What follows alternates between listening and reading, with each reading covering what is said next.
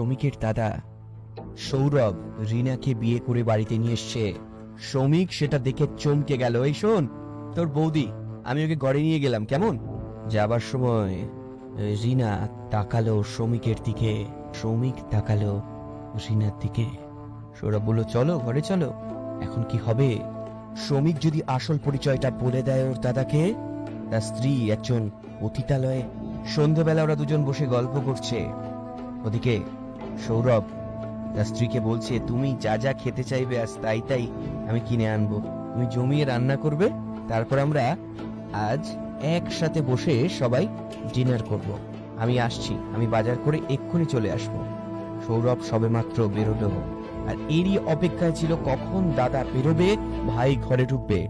ওর চেয়ে অনেক জিজ্ঞাসা রয়েছে। একি আমার দাদাকে পটিয়ে বিয়ে করে নিলে যে?